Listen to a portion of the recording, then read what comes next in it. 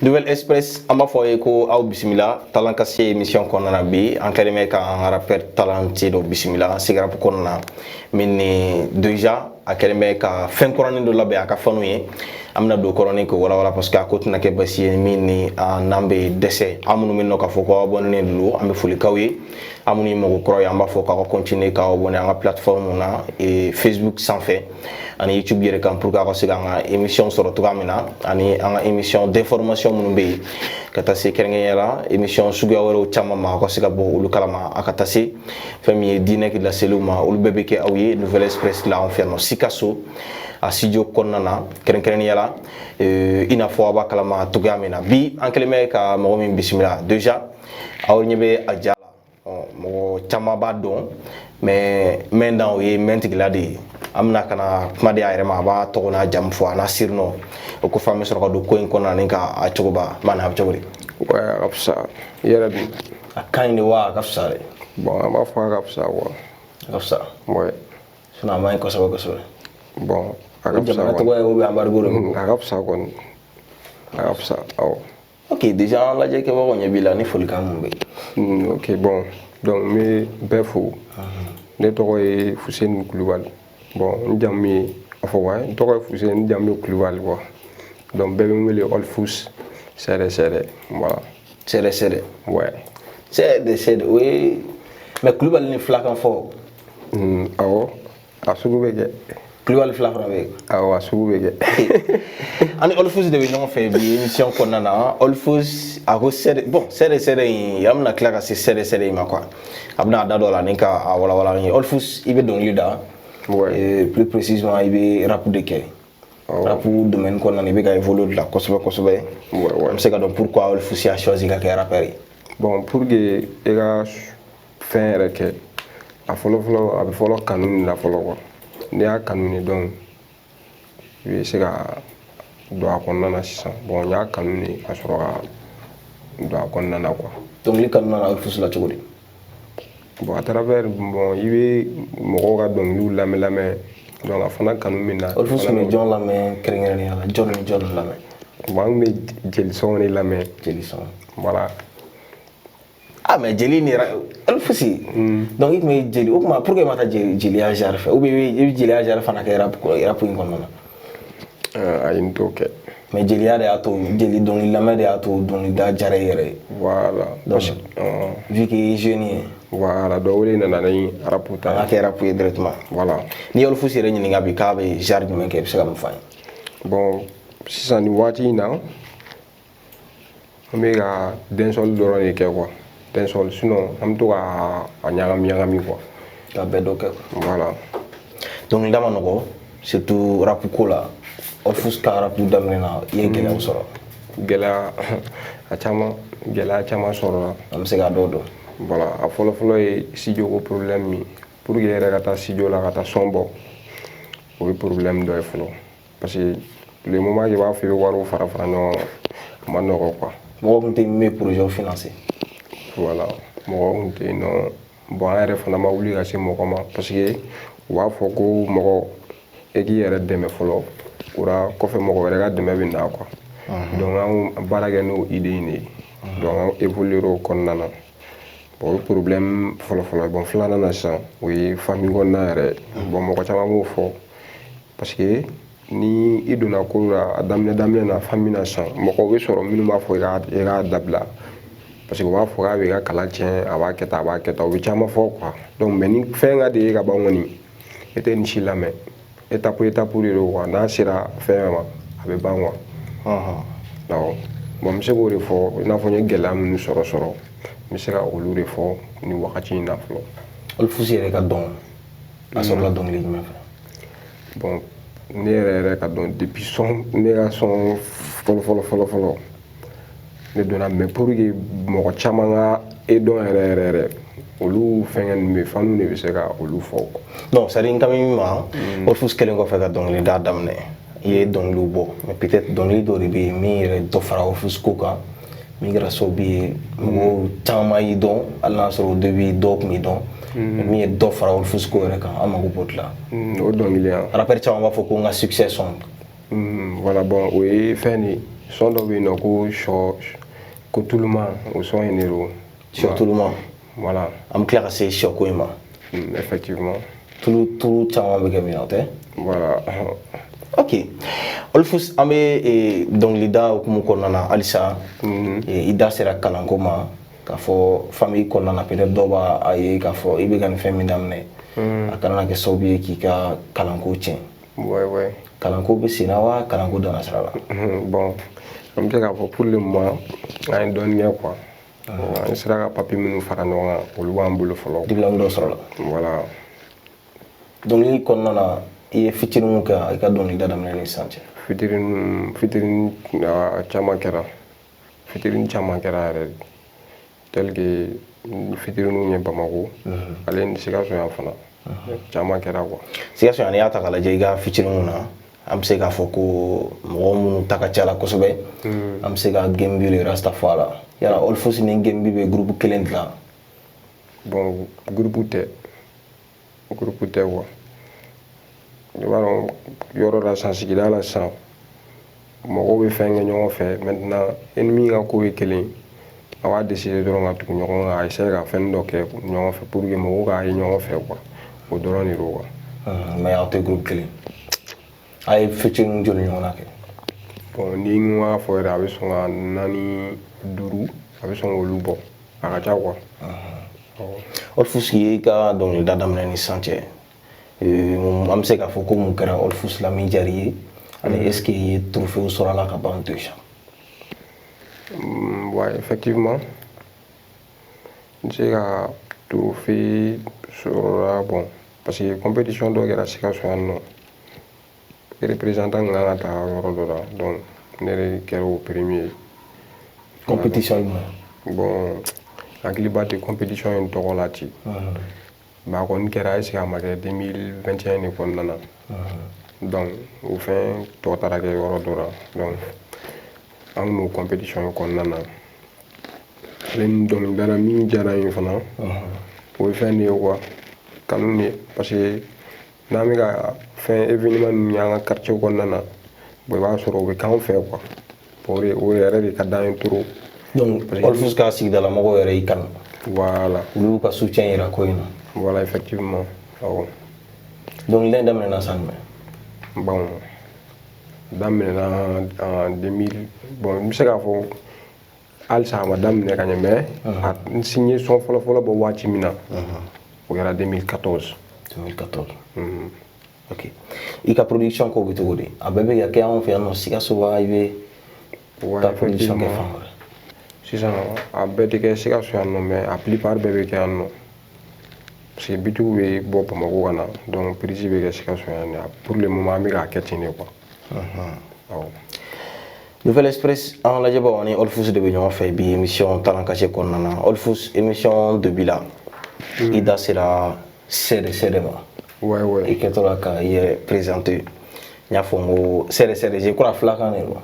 Ouais effectivement. CDC in kɔrɔ ye jumɛn ye CDC nana cogo di. Bon a sɔrɔla an ka mouvement dɔ de fɛ dɔrɔn quoi i b'a dɔn a bɛ to baro la dɔrɔn i bɛ bali ka mot dɔ fɔ bon n y'a fɔ pour que mɔgɔw kana n'a fɔ ko o bɛ to k'a fɔ donc n yɛrɛ sinna k'a ta ka don dɔnkili la siɲɛ kelen donc ka to k'a fɔ quoi a nana o position de la. Donc sisan i ka team de don wa i ka team tɔgɔ de don wa ou bien. Ayi mo in dɔrɔn CDC Olufus yɛrɛ de présenté n'i y'a mɛn CDC dɔrɔn o ye ne yɛrɛ de ye. O komi i ka taamasiyɛn. Voilà. An tilala ka sɔ tuluman ko kuma fɔ i ko sɔn min yɛrɛ kɛra sababu ye ni Olufus donna kosɛbɛ o y'i ka sɔ tulu rappeur ni sɔ donc sɔ de ka di yan. Bon an bɛ se k'a fɔ awɔ sɔ ma di ne dɔrɔn sɔ ma di bɛɛ yan. Mais Olufus e fana fɔ ko sɔ ka di ye. Hali sɔ ka di yɛrɛ. Sange sɔ tuluman a hakilina nana cogo di. Bon a sɔrɔla dɔrɔn an bɛ ka instrument de kɛ a la gɛrɛn na donc an bɛ ka to ka ci a inspiration balila ka na dɔrɔn donc an fana taara a bɔ quoi. Mais i bɛ ka mɔgɔ caman ka sɔw kuma o parce que i ko zamɛw ka di sɔw bɛ don mɔgɔw bɛ an bɛ fɛ ka sɔn yɛlɛma quoi e ka sɔn in partie dɔ d'an ye tan. ok problème t'a la donc ko ni an ye dengulu kɛ yɔrɔ la an bɛ ka sɔ de bɛlɛnbɛlɛ ni an ye mariage kɛ yɔrɔ la an bɛ ka zamɛ de bɛlɛnbɛlɛ ni ye musow sigilen ye u bɛ ka dɔ de kɔrɔfɔ dɛ ni dun ye jeunes sigilen ye u bɛ ka zamɛ de bɛlɛnbɛlɛ n bɛ ka na dɔɔni dɔɔni ni seli tɔgɔ ye zamɛ ni manu bɛɛ b'a dun gonu bɛɛ b'a dun u y'an tɛ zamɛ na kan tɛ dun zamɛ na an zamɛ ka di jeudi ani dimanche kuyɛri b'an kun foronto b'an kun mana sase ni somɔgɔ sama malo na e bɛ nin dun non o ye sɔn juguya donc a ni kuyɛri de bɛ yala ouais bon kuyɛri ni foronto hali n'a sɔrɔ foronto ma k'a la donc an yɛrɛ ka foronto b'an kun a b'an kunna sɔn ye mun lase Olufus ma sɔn bɔlen ni sisan cɛ bon tiɲɛna a ye fɛn caman lase parce que a kɛra sababu ye e kɔni mana sɔn kɛra yɔrɔ o yɔrɔ a bɛ mɔgɔw layɛ a bɛ mɔgɔw la dɔnkili ka di mɔgɔw ye ouais effectivement i b'a dɔn dɔnkili la bɛɛ n'i ka faamuya de don ni min y'a faamuya ka taa sansi min fɛ u bɛ baara kɛ n'a ye ni min y'a faamuya ka taa sansi wɛrɛ fɛ u bɛ taa n'o fana sansi ye quoi. Olufus i ka fɛn kuranin dɔ bɛ na de ouais effectivement 30 mars effectivement et puis 2022 kɔnɔna na an bɛ se ka dɔn mun de don voilà bon et puis de kan ka na et puis le 30 an bɛ kalo min yɛrɛ la le 30 donc son épée in kɔnɔna na sɔnden 5 de b'a kɔnɔna na épée tɔgɔ ba tɔgɔ ye dominer dominer voilà et pourquoi i y'a choisi ka dominer titre di i ka épée ma très bien parce que n fɛ k'a fɔ en un mot dɔnkilida y'an dominer quoi dominer son yɛrɛ fana bɛ yen nɔ o de ye intro ye donc kuma caman bɛ fɔ a kɔnɔna na donc i b'a sɔrɔ a bɛ fɛn wa dominer bon fɛn minnu bɛ mɔgɔw dominer donc an y'a essayer ka olu de fɔ a kɔnɔna na quoi.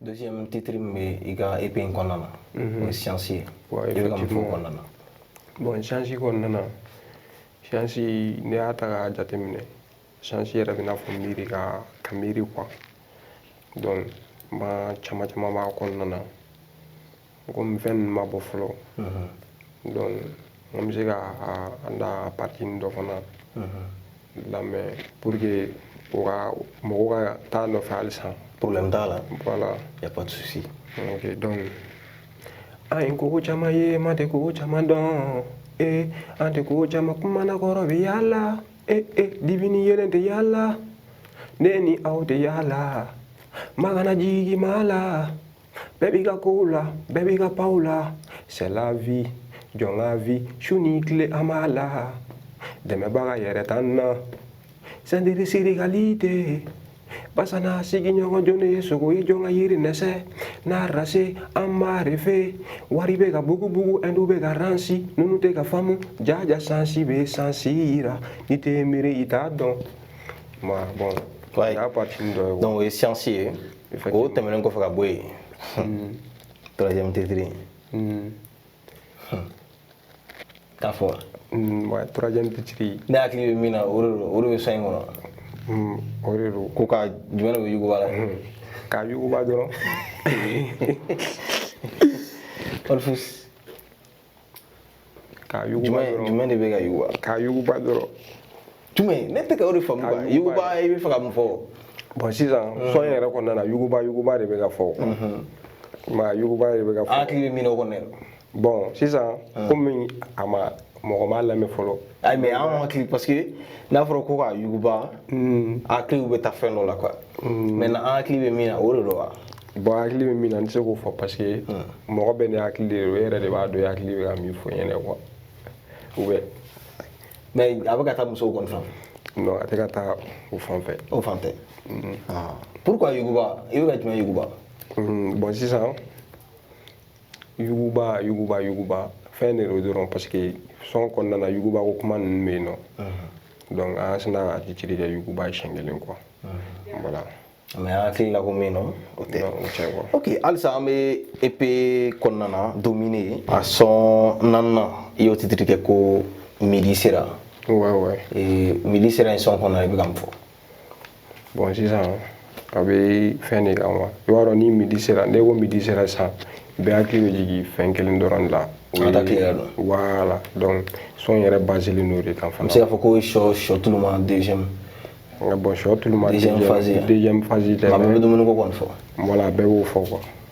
ok Olfus ni an sera sɔn duurunan ma ani sɔn laban i ka EP domine kɔnɔna na i y'o kɛ samedi soir ye samedi soir in fana i bɛ ka jumɛn fɔ ko minnu bɛ kɛra samedi soir la o de don voilà mouvement dɔrɔn quoi o dɔrɔn de don ni Olfus yɛrɛ ɲininka bakuruba la k'a k'a ɲɛfɔ an ye a ka EP domine kɔnɔna na ko i ye couleur sugu jumɛn ni jumɛn k'a kɔnɔna na i bɛ se ka mun fɔ an ye couleur bon sisan a kɛra i ye trop de k'a la i y'a afro trop b'a la mandeng ou bien dancehall ou bien voilà sisan son a partagelen don de midi sera yen ale ye reggae de bon maintenant dɔ in fɛn intro o ye fɛn afro beat de bon maintenant deuxième son science fana ni dɔ in bɛ intro bɛ tali kɛ ɲɔgɔn na mais ale tɛ dancehall la trap genre quoi.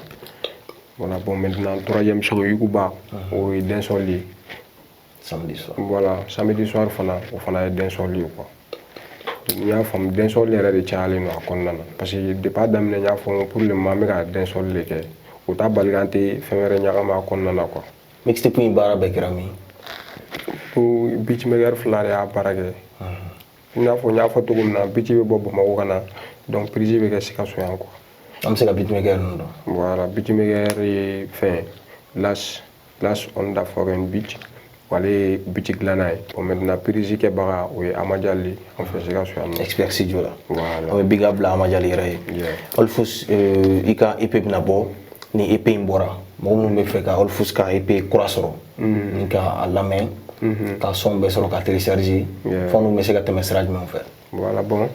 Comme ils sont téléchargés là, bébé sont téléchargés tout coup donc maintenant pour y aller son y aller fin, amena la chaîne YouTube flare là, n'est la chaîne YouTube nous Olfus officiel, allez ni chaîne YouTube doit faire avec Phantom Boys, donc avec bleu fana sans fait, donc mon groupe sera la YouTube à la sortie. Il y a tapé droit ko Olfus. Voilà donc. Et puis dominer va solo. Voilà. Ok. Olfus ni Olfus yɛrɛ ɲininka parce que i ka style fɔ ani bɛ genre minnu kɛ.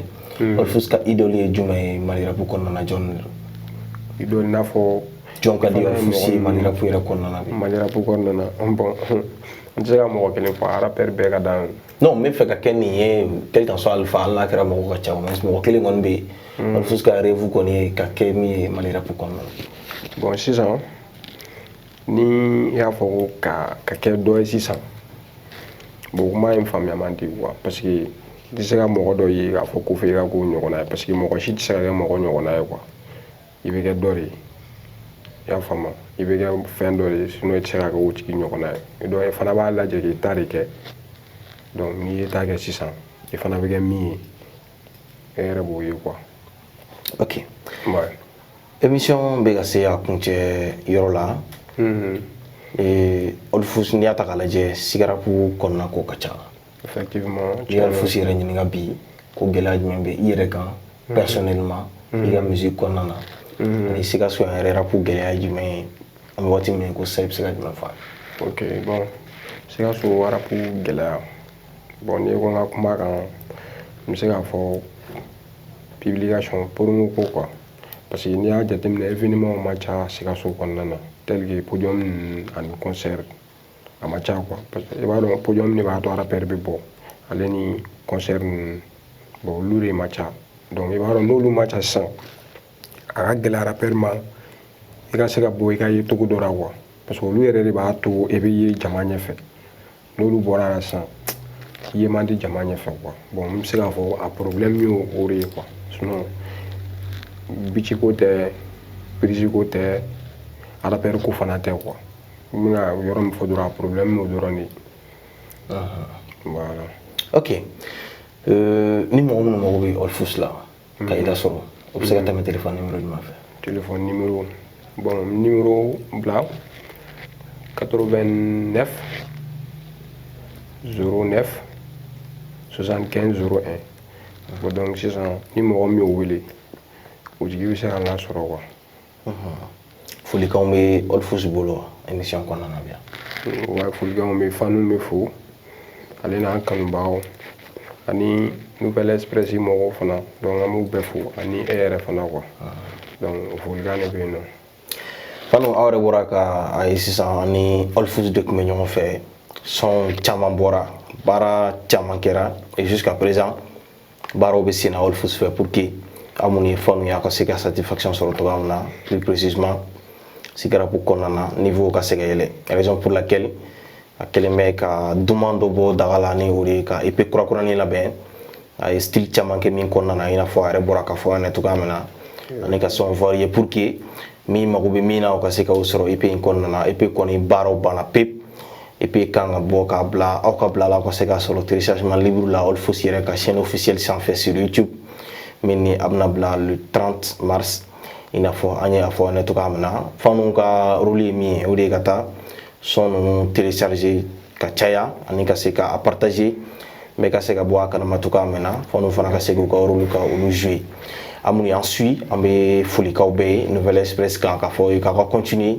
k'aw abonner an ka chaîne officielle la réseaux sociaux olu sanfɛ an bɛna tila ka segin ka kuma di Olfus ma ale bɛ freestyle kɛ ka ko in kuncɛ bi an ka émission Talent Caché kɔnɔna na. Ok.